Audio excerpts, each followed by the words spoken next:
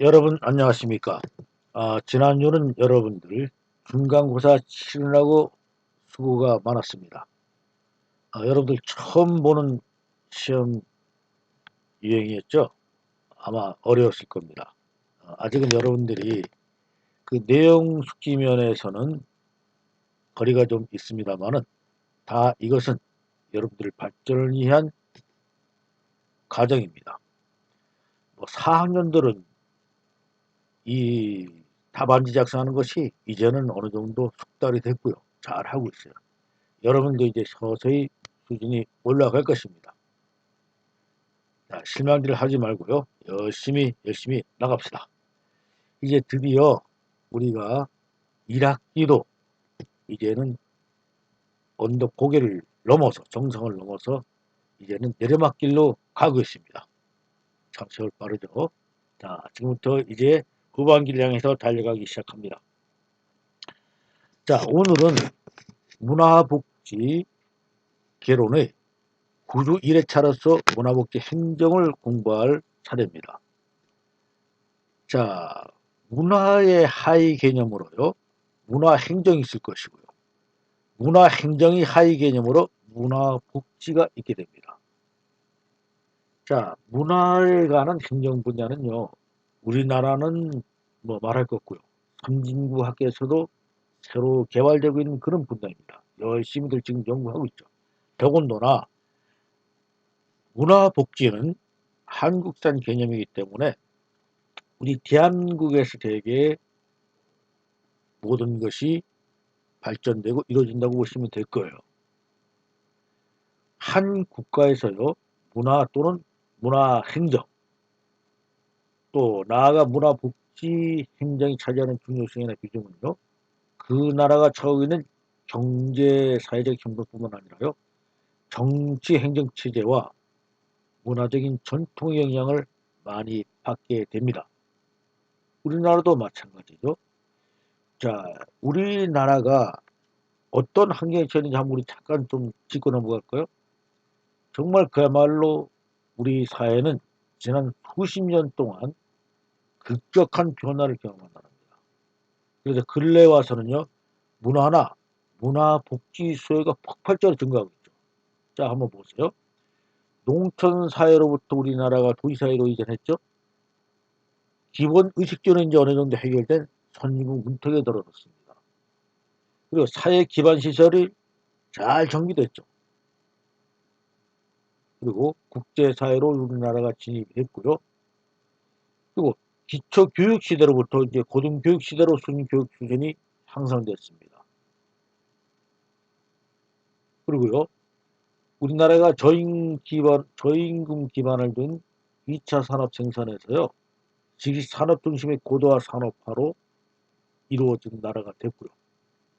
그래서 우리를 정보화 사회로 진입된 나라, 이렇게 평가가 됩니다.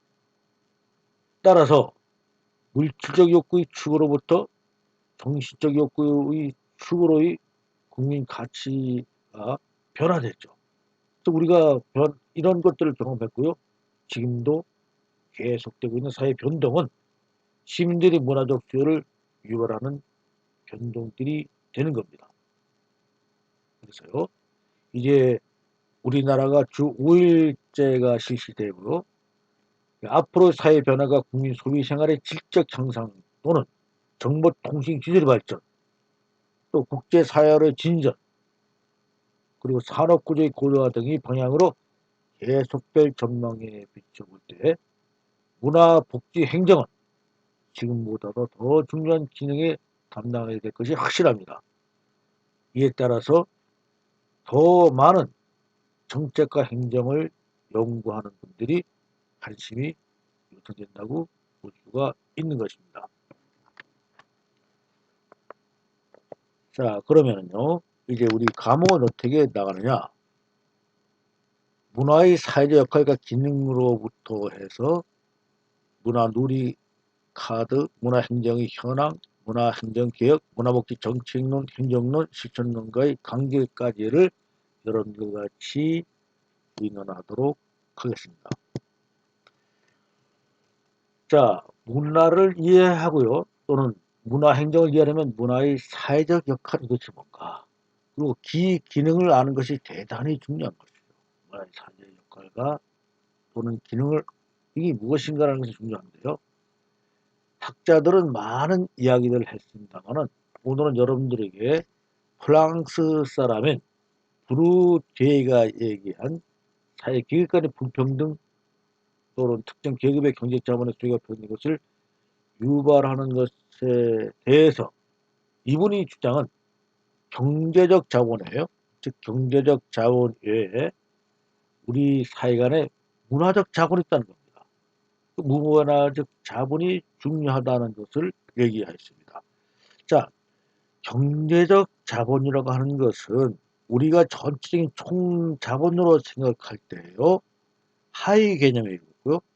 상위 개념으로는 그 위에 문화 자본이 있다는 것입니다. 그래서 여기서 한번 그림에서 보듯이요. 자, 총 자본의 하위 개념인 경제 자본 중에서는요. 우선 소상자, 농업 노동자라든가 뭐 자영농 또는 소상인, 장인 같은 분들이 여기에 포함될 것이고요. 자치계, 즉 문화 경제 자본 속에도 없는 쪽이죠. 그러나 조금 더 경제 자본 하위 개념에 있어서도 뭐 단순 노동자도 있습니다만 의료사회 종사자 같은 거 또는 문화 매개자 같은 분들이 경제 자본의 하위 개념에 있다고 볼 수 있고요. 총 자본에 있어서 문화 자본은 자 여기 우측에 보듯이요. 상급 관리자, 사기업 관리자, 즉 어느 임원진들 얘기하는 것이고요. 자유업, 즉 마음 놓고 사업을 하는 분들을 얘기하는 거가 또 공업, 상업 경영자 같은 분들 이런 분들이 문화 자본에 속하는 분들로서 이 분들에게 대한 문화 자본을 더 공유한 소유한 사람들은 관리직, 교원, 즉 자격증을 갖고 있다는 얘기죠. 예술지획자, 문화활동하는 사람이죠. 그리고 고등교육의 교수, 즉 대학 교수 같은 사람들은 자격증을 가진 사람들을 얘기하는데요. 이렇게 문화적으로 배열되어 있다는 겁니다. 여기서 아비투스라는 것은 그 히라버인데요. 우리 영어로는 햅스입니다. 즉 습관, 간습 이런 거 있잖아요. 그래서 부르대가 이렇게 체계를 갖다가 나눠 놓는 겁니다. 그래서 여러분들 우리가 이러한 것들에 대해서 이제는 경제로만 보는 것이 아니라 상위 우리가 계층인 문화적인 계층으로도 이제는 이를 갖다가 분류할 수 있다는 것이라고 하는 겁니다. 자, 여러분 여기 보면 이제 그 문화 체계 분류를 갖다가요, 그 대중 취향, 또 중류 취향, 뭐 이렇게 여러분들 구분해 놓은 것을 볼 수가 있는데요.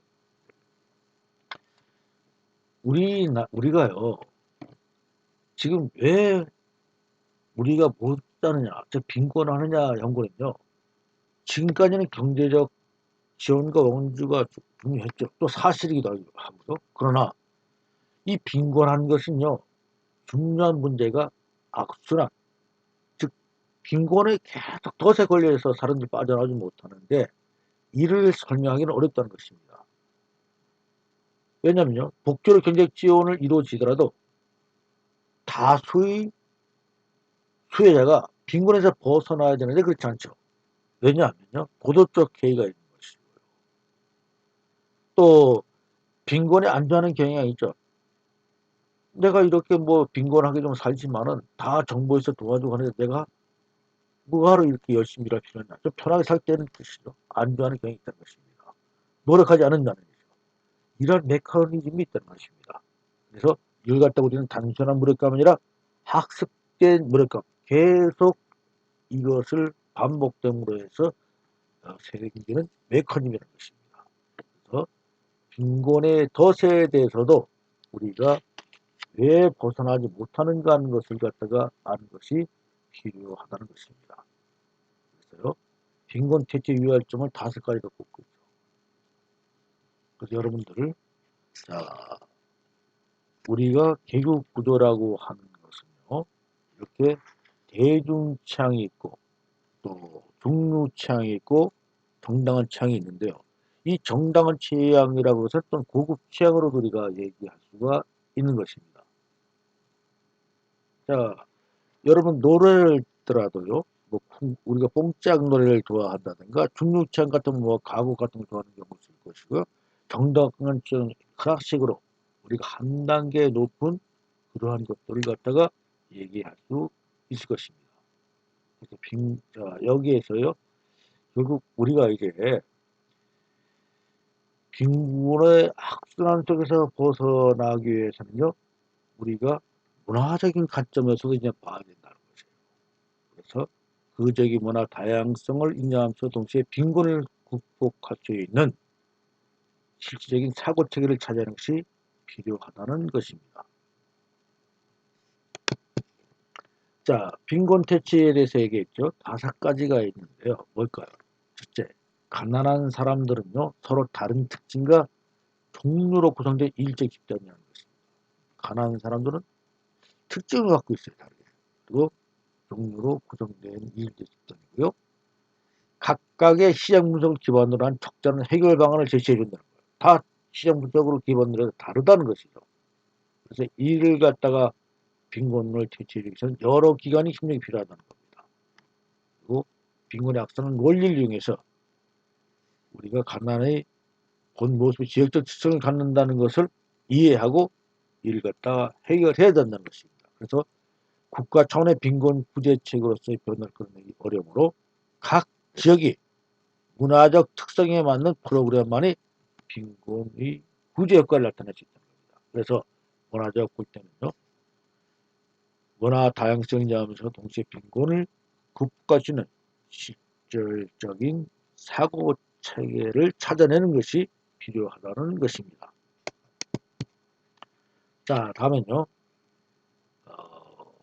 문화의 특성에 대해서 알아보겠습니다. 어떤 문화의 특성이나 빈곤권 창의적인 문화는 문화 목적인 시스템을 찾을 수 있는데요. 문화의 특성이 무엇인지를 갖다가 한번 확인해 보도록 하겠습니다. 자, 문화는 자연의 일부가 아니죠. 그래서 문화는 자연의 비의적 소산이 아니라 자연에 대한 인간의 의식적인 가공의 산물이다. 이거 여러분들에게 몇 번 설명했을 겁니다. 그리고 문화는 인간의 창조 가능성에서 비롯되는 것으로서요. 인간은 자신이나 타인의 행위 혹은 주의 사물에 대해 본능적으로 의미를 부여 이해하고 평가합니다.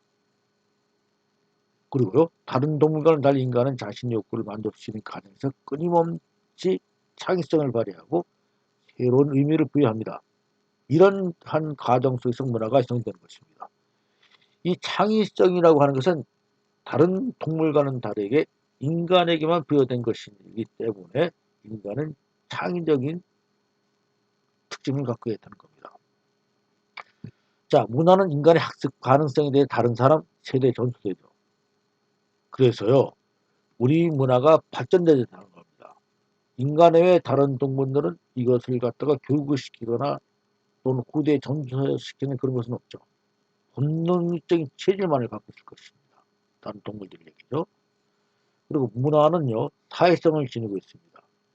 그래서 어느 한 사람이 어느 특정한 개인만이라든가 어느 단체만이 한다면 그것은 문화가 아니죠.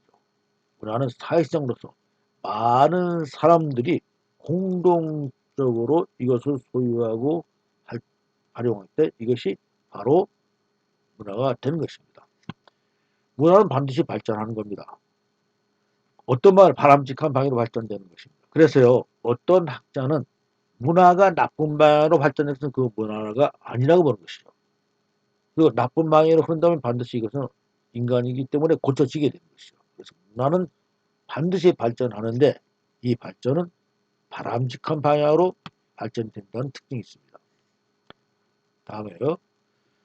자, 어떠한 형태는 과거에 새롭게 변화되는데 한번 봅시다. 무용성이 있죠. 그래서 음악, 무용, 분리성, 공연의 전시를 경험할 수 있는 권리를 구매하기 때문에 문화 상품으로 나갈 수 있다는 것이 있고요. 또 소멸 가능성이 있죠. 서비스의 문제점 가운데 하나는요. 공급과 소요를 맞추는 겁니다. 공급과 소요를 맞출 수 없다면은 이제 이것은 제품을 판매할 수 없게 되기 때문에 소멸할 수밖에 없는 것이죠. 그래서 우리가 지금까지 문화가 어떠한 특성을 갖고 있는지에 관해서 알아보았습니다. 다음 문화행정연구가 왜 필요한지 알아보겠습니다. 문화행정은요, 실제 문화행정은 선진국을 포함한 모든 나라 학계에서 새로이 연구되는 분야라고 제가 설명드렸고요.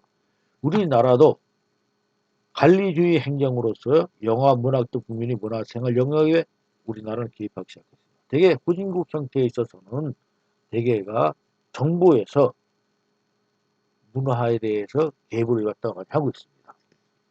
그 1900년대까지 문화예산 지출은요, 대개 우리 전체 예산 중에 0.5에서 2% 미만이었죠. 왜냐하면 먹고 살기에 급급했기 때문에 거기에 우리나라 정부 예산이 투입될 수밖에 없었고요. 그러나 이제 우리나라는 1990년대 이후에 문화부가 설립됐죠. 김대중 정부 시대 때인데요. 초대 문화부 장관이 이어령 교수였습니다. 이것이 문화체육부로 변형이 됐다가 지금은 문화체육에서 관광까지, 문화와 체육과 관광을 관장하는 부서로 변경이 되었죠. 이것이 우리나라 현재 문화행정의 발전 과정입니다. 자, 다음은요. 현대 사회와 문화 행정에 관해서 알아보겠습니다. 자, 뭐 고대 옛날엔 진시황이 분석해 주는 것 같죠. 모든 문화에 관련되는 도서를, 문서를 전부 다 튀어버렸어요. 그리고 그리스의 연극, 조선제 도서, 장하고 이런 것들이 우리가 옛 고대를 챙겨볼 수 있고요. 또 19세기 중반에 영국의 귀족문화 같은 거, 또 제2차 세계대전의 대중예술, 고급예술이 대전 지식 촉진이죠. 즉 고급예술을 대중화로 촉진하기 시작했다는 뜻이고요. 그리고 의무화 교육이 확대됐죠. 의무화 교육이 확대되는데요. 왜 이것이 중요하냐? 대개 우리가 문화예술은 학교를 통해서 우리가 교육을 받고 접하게 되기 때문에 그렇습니다. 그래서 문화예술이 발전되고 수요 증대가 급작스럽게 폭발적으로 증가됐다는 뜻이고요. 그러나 정부가 문화행정에 개입을 하는데 이것은 왜냐하면 시장의 실패론 때문에 그렇습니다. 이제 시장의 실패론은 여러분들하고 별도로 이제 시간을 가지고 설명할 텐데, 즉 정부는 문화행정의 개입 근거로서요 시장 실패론입니다. 그리고 20세기 후반에 대중매체는요 예술과 예술의 경제, 사회적 의미와 예술인과 고객의 관계, 그리고 정치와 예술의 관계에 끊임없는 변화를 초래했다는 것입니다. 자, 실제 여러분도 한번 가만히 생각해 보세요. 우리 정부하고 우리가 문화예술 관계를 설정하는 사회를 한번 생각해 본다면요. 왜 무엇 때문에 그렇게 되느냐? 통신 정보 기술이 발전되고요. 또 정부에서는 이를 갖고 있잖아요. 그래서 대중정보 매체의 발전을 굉장히 이루어졌죠. 그래서 오늘날의 뭐 정보통신 기술을 한다면은 컴퓨터와 강섬유 같은 거 생각할 수 있죠. 그리고 인공위성도 떠올리죠. 그러나 이러한 것보다는 실제 우리의 대중문화 시대를 이룬 것은요. 아무래도 여러분 라디오와 텔레비전입니다. 라디오와 텔레비전이 우리가 등장함으로써 특히 텔레비전이 등장함으로써요. 예술작품의 활동의 시장 또는 고개의 종전에서 상상할 수도 없었던 넓은 영역을 확산됐죠. 그래서 대중문화 시대가 열린 겁니다. 라디오만 보급되었을 때만 해도요. 이미 예술인들은 전에 상상하지 못했던 지역이나 계층에서 자신의 작품을 알고 있는 사람들을 알게 된 것이죠. 왜? 라디오로 해서 전파를 타고 확산되기 때문에 그렇습니다. 더군다나 텔레비전이 등장함으로써요. 이 대중매체를 통해 소개되는 예술가나 연예인들은요. 사회적 재래 총괄의 공간을 초월해서 이웃보다 더 친근한 존재로 부각되게 됐습니다. 이웃 사람은 몰라도 유명 탤런트 알잖아요. 그래서 20세기 후반에 눈부시게 발달하고 있는 대중매체는요, 예술가, 예술인이 경제적, 사회적 의미와 예술인과 고객 관계, 그리고 정치와 예술의 관계에 끊임없는 변화를 갖다가 초래하고 있다는 것입니다. 자, 그러면 문화와 행정은 어떤 관계가 있는 것 한번 생각해 보도록 하겠습니다. 여러분, 문화와 행정은 서로 관련이 없을 테죠. 그러나 사실은요, 매우 밀접한 관련성을 지니고 있는 것입니다. 자, 문화의 일반적인 속성과요, 또 사회 행정의 일반적인 속성에 대해서 우리가 파악하면 그 이유를 알 수가 있는데요. 문화라고 하는 것은 특정한 권역이나 국가 혹은 지역 내에 생활하고 있는 구성원들이 사고관과 가치관의 전반을 지배하고 있는 것임을 여러분들이 알 수 있죠. 즉 지배적인 가치와 생활 양식 등 정형화된 삶의 양식이 총체를 일컫는 말이죠. 즉 문화라고 하는 것은 결국 특정 국가 혹은 지역의 구성원들이 일상생활 전반을 지배하는 복합제의 하나로 볼 수가 있겠습니다. 그 행정은 뭐예요? 그러면 행정은 우리 일상생활에 있어서요, 정부에 있어서, 즉 정부가 개입되어야 행정을 할 수 있다는 것이죠. 주거안정들을 통틀어서 일컫는 것이죠. 그래서 문화와 행정은 우리 일상 속에 깊숙이 자리 잡고 있는 것입니다. 뭐 우리가 뭐 국가나 사회 떠나서 무인도에서 산다면 뭐 이런 거 필요 없을지 몰라도요. 우리가 사회의 구성원이라면은, 또 국민이라면은 원튼 원치 않든 우리 생활 속에서 맞출 수밖에 없는 것입니다. 특히 행정에서요, 문화 행정이니까 굉장한 문화의 변수가 되고 있습니다. 그래서요, 행정에 해야 행태는 우리 생활에 적합한 형태로 그 내용으로 이루어져야 되는 것이죠. 그래서 이는 행정의 근거를 얘기할 수 있는 겁니다. 뭐 과거에는요, 비교 행정학이나 발전 행정의 두 대대 배경엔 행정학의 변수를 강한 결과라고 우리가 볼 수가 있습니다. 그래서요, 연구의 필요성이 이제 점차 제기되기 시작하죠. 왜? 우리가 선진국 문화에 맞춰서 우수한 형태의 내용과 행정이 반드시 우리가 나타나는 것이 외국 것이라고 해서 우리한테 많은 것이 아니었잖아요. 그렇기 때문에 우리나라도 이제 문화에 대한 이해가 점차 많아질 수밖에 없었고요. 이에 대한 연구의 필요성이 제기되고 있다는 것입니다. 선진국의 이유는, 문화는 우리 형태와 다르죠. 우리 옷에 맞지 않는 겁니다. 그래서 그 나라의 문화에 대한 이해가 부족한 것을 이제는 우리나라도 높은 수준의 행정이 이루어지고 문화 수준이 향상되었기 때문에 문화 발달과 더불어 이 격에 맞추는 행정 발전이 와야 되고, 또 우리는 그것을 기대할 수밖에 없다는 것입니다. 문화라고 하는 것이 굉장히 큰 영향을 미친다고 그랬죠. 그래서 문화 발달을 통한 행정의 발전을 우리를 기대하고요. 이런 문화 발달과 발전을 이뤄내는 문화 행정은 행정에 있어서 굉장히 중요한 역할을 차지하고 있다는 것을 여러분들 이해하시기 바랍니다.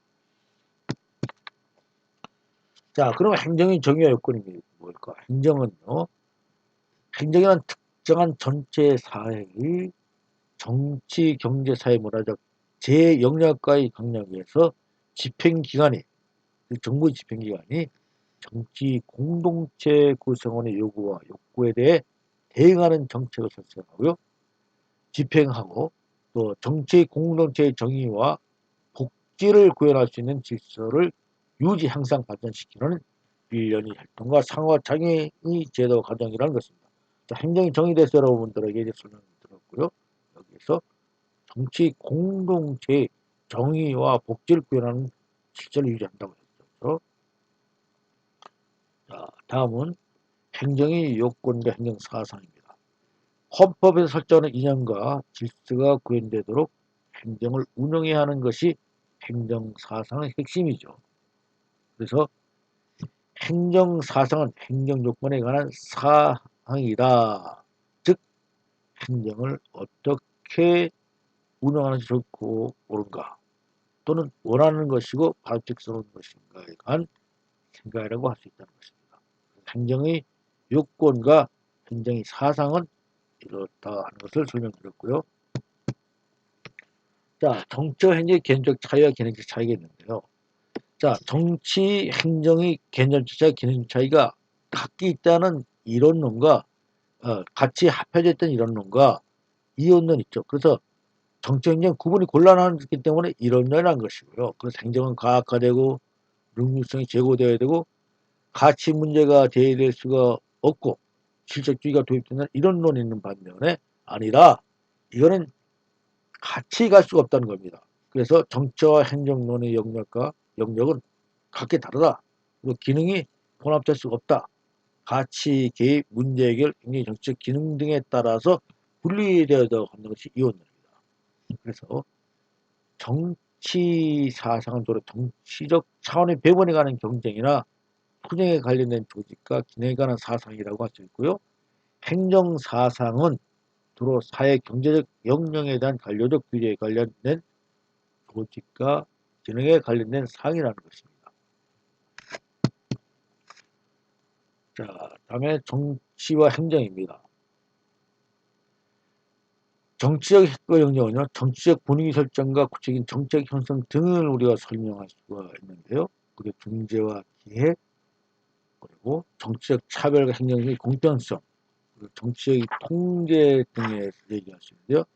정책 형성에서 정치 역할과 행정적 역할 간의 차이에 관한 생각에서도 행정의 대응성, 책임성, 해명성, 효과성, 그리고 능률성, 전문성, 공편성, 중립성, 합법성 등에 관련된 다양한 사상이 독자되어 있습니다. 정책 형성이 이렇게 정치 역할과 행정 역할 간의 차이가 여러 가지 사항으로 우리가 도출될 수 있다고 하는 것을 갖다가 여기까지 설명드리고요. 자, 오늘 교육은 여기까지 마치고요. 다음 시간에 다시 여러분들 뵙도록 하겠습니다. 자, 수고 많으셨습니다.